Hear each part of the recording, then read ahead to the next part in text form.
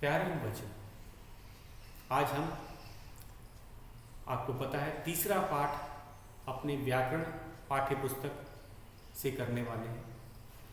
हमारा तीसरा पाठ है शब्द विचार। तो शब्द क्या होता है ये आपको पता ही है।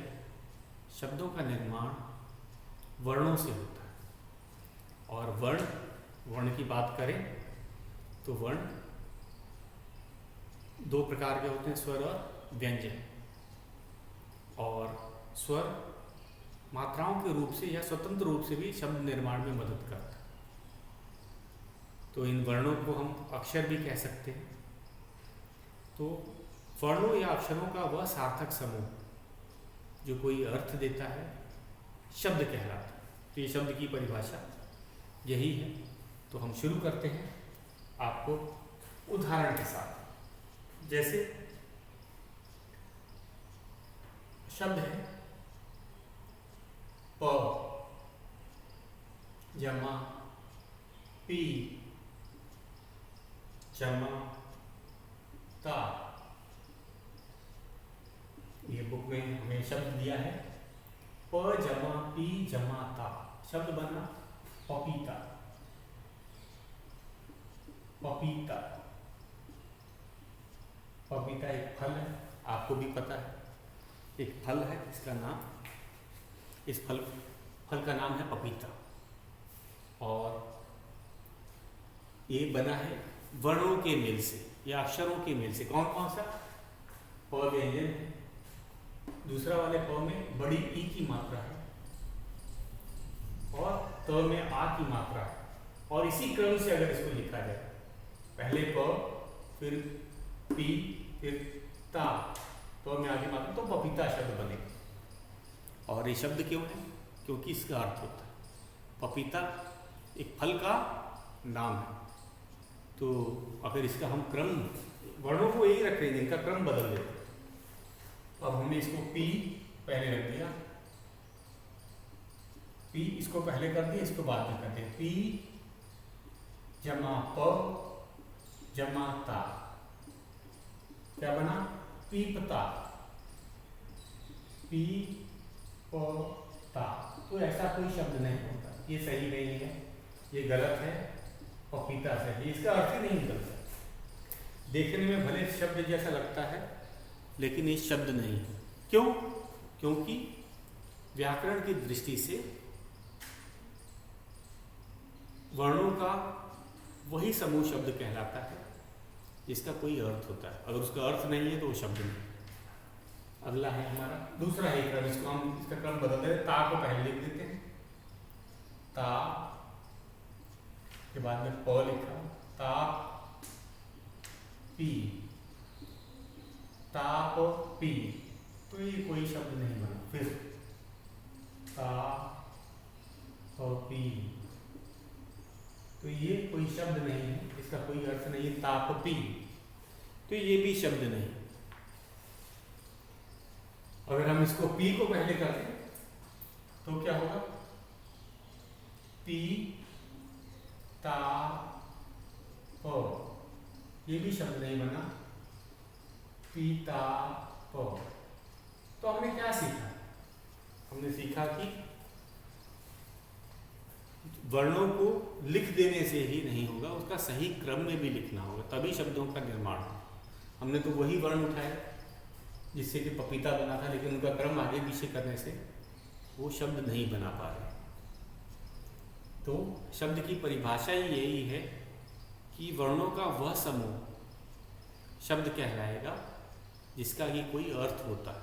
अगर अर्थ नहीं होता है तो वो शब्द नहीं कहलाएगा। तो हम कहेंगे पीपता, ताप पी और पीताप, ये कोई शब्द नहीं, क्योंकि इनका कोई अर्थ नहीं, इनका कोई मतलब नहीं निकलता है और ये शब्द नहीं कहलाएंगे। अब आगे चलते हैं हम कि पहले इसकी परिभाषा आप लिखेंगे, शब्द की परिभाषा। तो हमने देखा, पहले परिभाषा लिखते हैं, फिर शब्दों के बारे में विस्तार से जानेंगे। शब्द की परिभाषा।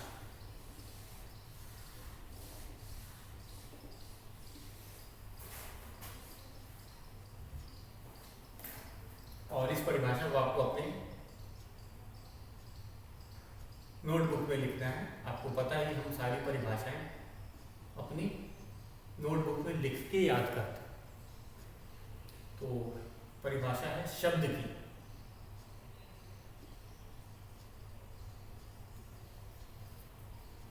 वर्णों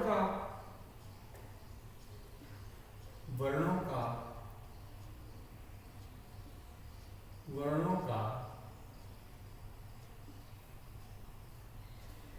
सार्थक समूह। अब आया था सार्थक का अर्थ क्या होता है। ये बहुत छोटी परिभाषा हम लोग लिखा रहे हैं, तो अब इसमें सार्थक का मतलब ही पता होना चाहिए। वर्णों का सार्थक समूह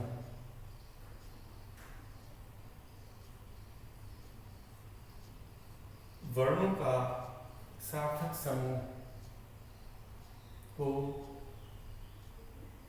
शब्द कहते हैं।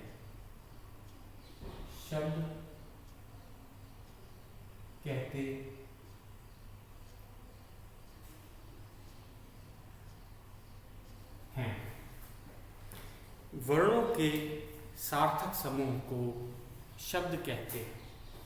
एक वाक्य में, ये बड़ी छोटी सी परिभाषा है, लेकिन इसका क्या हम सही मायने में अर्थ समझ रहे हैं, इसको एक बार देख लेते हैं। नया शब्द है सार्थक। समूह तो आपको पता ही है, जहाँ वर्णों को एक साथ रख दिया जाता है उसको समूह कहते हैं। तो वर्णों का सार्थक मतलब जिसका कोई अर्थ हो। सार्थक अर्थ के सहित। इसका क्या अर्थ है? सार्थक शब्द का क्या अर्थ हुआ? अर्थ सहित। अगर हम वर्णों का कोई समूह बना देते हैं, जैसे अभी हमने बनाए थे पपीता शब्द करते समय, तो सभी शब्द नहीं बने थे। कई तो वर्णों के मात्र समूह थे, लेकिन शब्द नहीं थे। शब्द वही कहलाएंगे जिनका कि कोई अर्थ निकलता है। तो इसका जो बड़ा ध्यान देना है, मात्र वर्णों को रख देने से ही शब्द नहीं बन जाता, उसका अर्थ होना चाहिए, तभी वह शब्द की परिभाषा में वे आएंगे। तो हम जान गए। फिर से इस परिभाषा को देखो। वर्णों का सार्थक समूह को शब्द कहते हैं। सार्थक का है अर्थ सहित। वह वर्ण ही शब्द कहलाएंगे जिनका कोई अर्थ निकलता है। उन्हीं वर्णों का समूह अर्थ कहलाएगा जिनका कोई अर्थ होता है। नहीं तो हम अगर उनका अर्थ नहीं निकलता है तो हम वर्णों का मात्र समूह रह जाएगा, उसे शब्द नहीं कहेंगे। व्याकरण की दृष्टि से वे शब्द नहीं कहलाएंगे। हम यही ज़्यादा से ज़्यादा यही कह सकते हैं कि यह तो वर्णों का समूह है, शब्द नहीं। तो ये था हमारा शब्द की परिभाषा। अब आ जाते हैं शब्द के भेद। अब शब्द के भी अलग अलग भेद हैं, प्रकार हैं, तो इसको करते हैं, बहुत ही ज़रूरी है। तो शब्दों के भेद, प्रयोग के आधार पर शब्दों के दो मुख्य भेद हैं। प्रयोग करने के आधार पर, हम शब्दों का प्रयोग करने के आधार पर हम बता सकते हैं। दो मुख्य भेद कौन कौन से हैं? विकारी शब्द और अविकारी शब्द। अभी होते क्या है विकारी और अविकारी, इसको जरा हम समझ लेते हैं। तो परिभाषा आपने लिख दी, आपने याद कर ली। अब समझते हैं शब्दों के भेद। तो ये आपके लिए नया है, ये आपने चौथी कक्षा में नहीं पढ़ा था, ये आपके लिए अब नया है। परिभाषा तक तो आपको ने पहले पढ़ रखी थी, लेकिन अब आ जाते हैं शब्द के भेद। शब्द के भेद कौन कौन से भेद हैं इसको देखते हैं। विकारी शब्द के भेद, इसको ऐसी फ्लोशीट से बनाते हैं। शब्द ये हो गया और इसके दो भेद हो गए।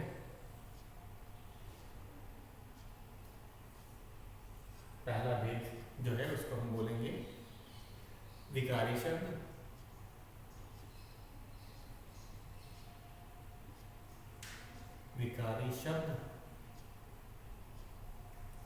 दूसरा जो है वह है अविकारी शब्द।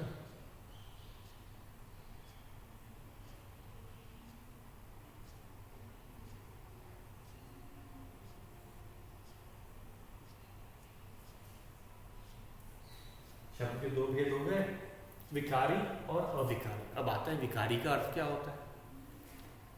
विकारी विकार, विकार मतलब बदल जाना। और फिर से ध्यान से देखिए, विकारी शब्द का अर्थ होता है, विकार मतलब बदलाव। कहते हैं ना बदल जाना, कहते हैं विकार आ गया, कोई बदलाव आ जाता है तो उसमें कहते हैं ना कि इसमें विकार आ गया, बदलाव आ गया। तो ये कौन कौन से विकारी शब्द होते हैं। संज्ञा, संज्ञा क्या है। विकारी शब्द में, इन शब्दों के रूप में लिंग के अनुसार बदलाव आ सकता है, वचन के अनुसार आ सकता है, कारक और काल के अनुसार इनमें बदलाव आ जाता है। जैसे लड़का दौड़ता है, लड़की दौड़ती है, तो इसमें जो बदलाव आया वह विकारी शब्द के कारण, ये हम कहेंगे संज्ञा विकारी शब्द। संज्ञा क्या है, विकारी शब्द। तो शुरू करते हैं, कौन कौन से विकारी शब्द हैं, मैं उनकी सूची बना देता हूं, हमें पता होना चाहिए। संज्ञा,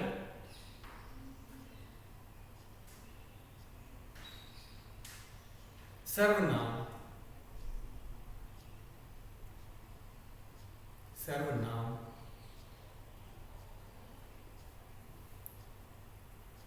क्रिया,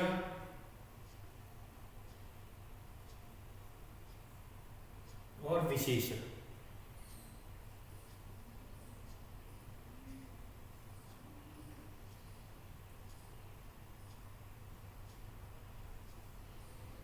संज्ञा, सर्वनाम, क्रिया, विशेषण। तो इनमें कौन सा बदलाव आता है, कौन सा विकार आता है, ये लिंग के अनुसार बदल जाते हैं, वचन के अनुसार बदल जाते हैं, कारक काल के कारण भी बदल जाते हैं। जैसे क्रिया, क्रिया संज्ञा के अनुसार बदलती है। अभी मैंने बताया लड़का दौड़ता है, लड़की दौड़ती है। अब एक क्रिया शब्द संज्ञा में जो है, क्रिया में क्यों बदलाव आया, कर्ता के लिंग के अनुसार बदला। विशेषण, जैसे विशेषण में भी बदलाव आ जाता है। जैसे सफेद, हमने जैसे एक है पीला कमीज, पीला, पीली कमीज और पीला फूल। तो इसमें बदलाव आया। विशेषण में भी हमने बदलाव देखा, पीला फूल कहा और पीली कमीज कहा।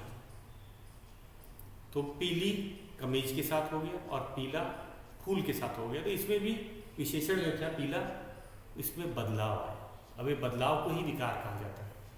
हिंदी में इस बदलाव को विकार कहा जाता है। तो संज्ञा के अनुसार सर्वनाम, क्रिया और विशेषण, ये सब विकारी शब्द हैं। इनमें वचन के अनुसार बदलाव आ सकता है, क्रिया के अनुसार बदलाव आ सकता है, कारक और लिंग के अनुसार भी बदलाव आ सकता है। अब कुछ ऐसे शब्द होते हैं जिनमें कोई बदलाव नहीं आता, कोई विकार नहीं आता, उसे अविकारी शब्द कहते हैं।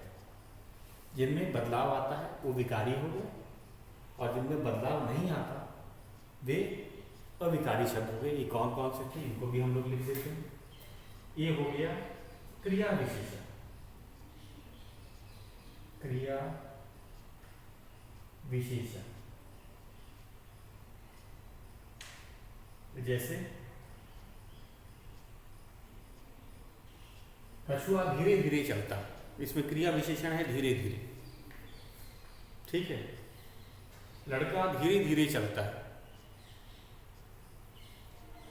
तो इसमें कोई बदलाव नहीं आता। जो है क्रिया विशेषण में न लिंग से परिवर्तन आएगा, न क्रिया से परिवर्तन आएगा, न कारक से परिवर्तन आएगा, न वचन से परिवर्तन, वो हमेशा एक समान रहेगा। ऐसे शब्दों को अविकारी शब्द कहा जाता है। तो कौन कौन से हैं मैं बता देता हूँ। क्रिया विशेषण संबंध बोधक, संबंध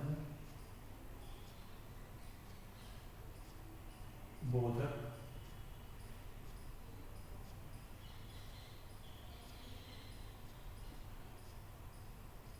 समुच्चय बोधक, समुच्चय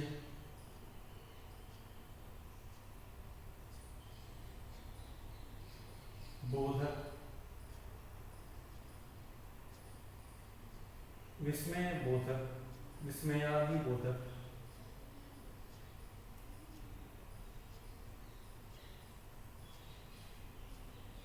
विस्मयादि बोधक,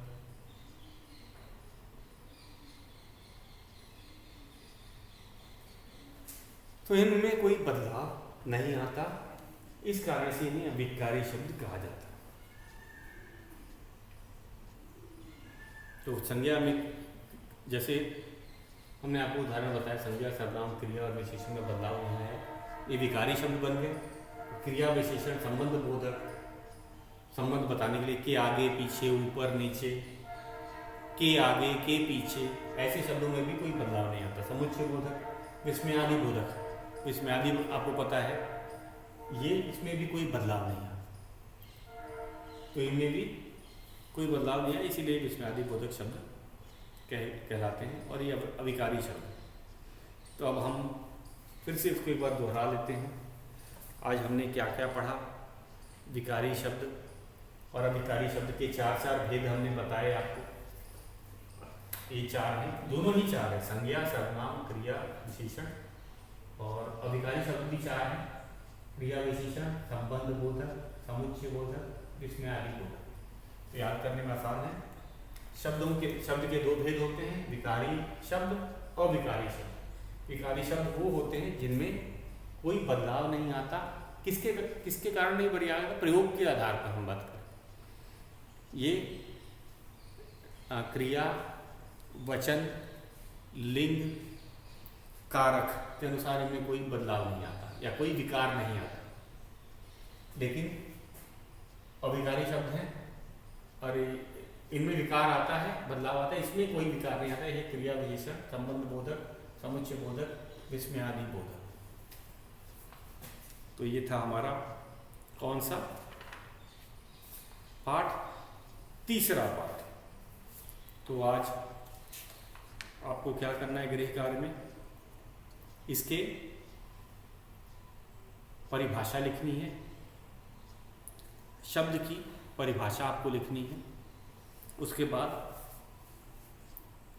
यही नोटबुक के लिए यही काम है। उसके बाद आपको याद करने का काम क्या है, शब्द के भेद आपको पता होने चाहिए। शब्द के दो भेद हैं, कौन कौन से विकारी अविकारी, और वे कौन कौन से, चार प्रकार के कौन से विकारी भेद होते हैं और चार प्रकार के कौन से अविकारी भेद होते हैं, ये भी आपको याद रखना है।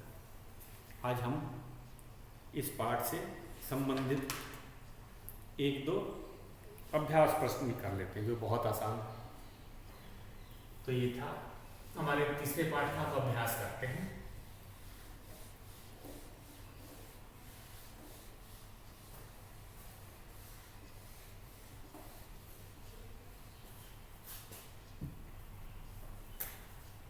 अभ्यास प्रश्न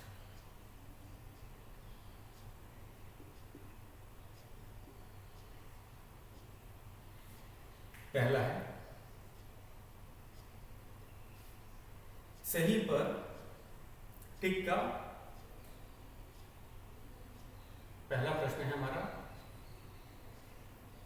पेज है 17, पेज नंबर 17, प्रश्न 1, सही पर टिक का तथा गलत पर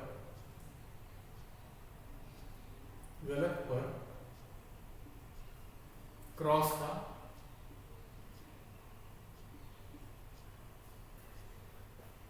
निशान चिन्ह लगाओ। चिन्ह लगाओ।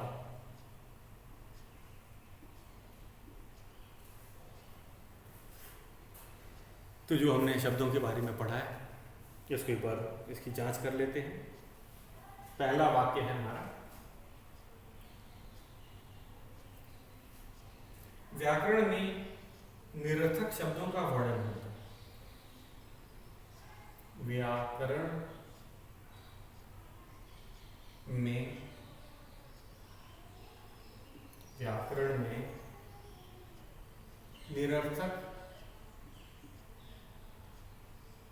निरर्थक शब्दों का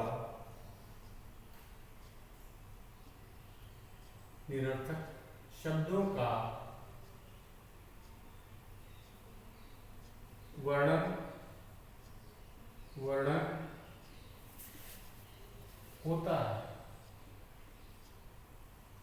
होता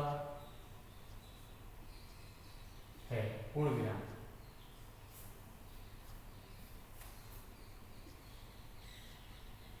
अभी हम आपको इसी के बारे में बता रहे थे कि जो शब्द विचार है ये व्याकरण का ही तो भाग है। व्याकरण के 3 भाग आपको पता है, एक बार फिर से याद दिला दें। वर्ण विचार, शब्द विचार और वाक्य विचार।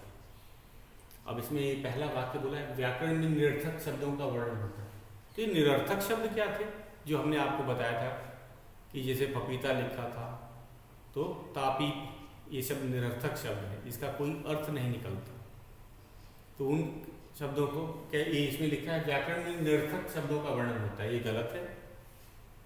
व्याकरण में निरर्थक नहीं, सार्थक शब्दों का, जिनका कोई अर्थ होता है उनका वर्णन होता है।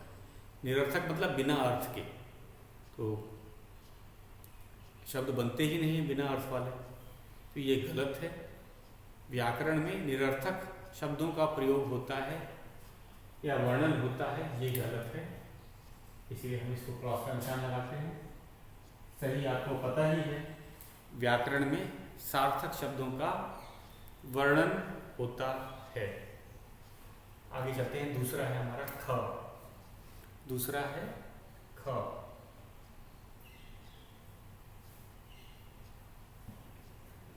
वर्णों के सार्थक समूह को शब्द कहते हैं। वर्णों के सार्थक समूह को, वर्णों के सार्थक समूह को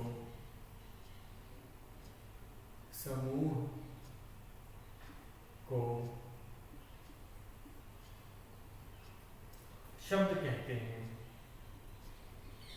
शब्द कहते हैं।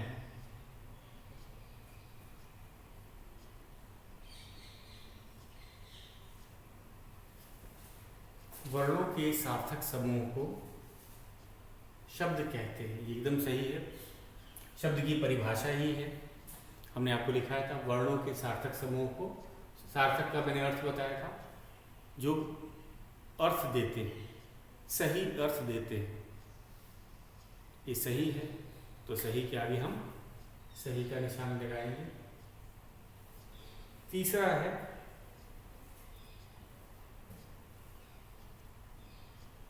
ग है। क्रिया की विशेषता बताने वाले शब्द को विशेषण कहते हैं।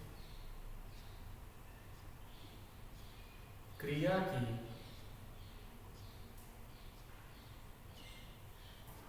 विशेषता बताने वाले, क्रिया की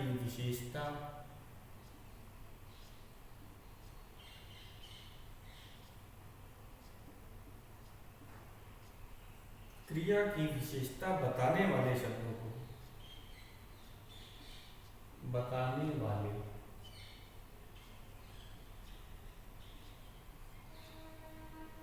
शब्द को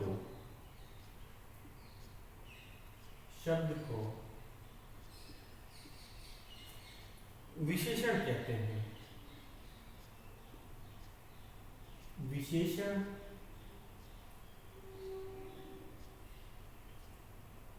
कहते हैं।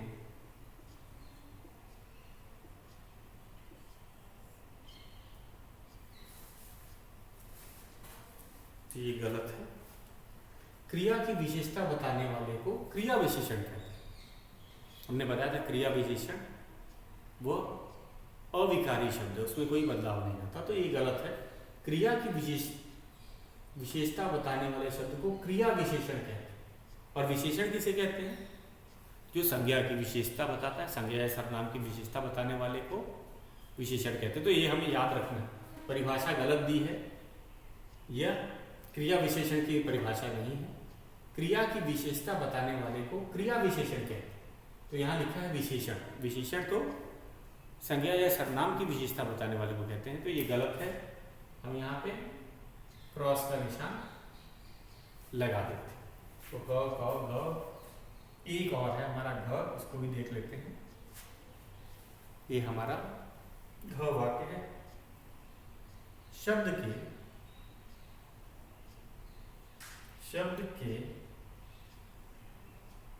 मुख्य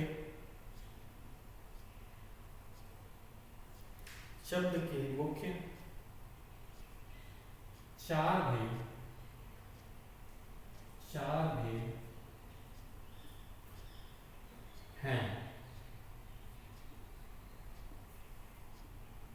ये गलत है, आपको भी पता है, अभी हमने आपको बताया शब्द के दो ही भेद होते हैं।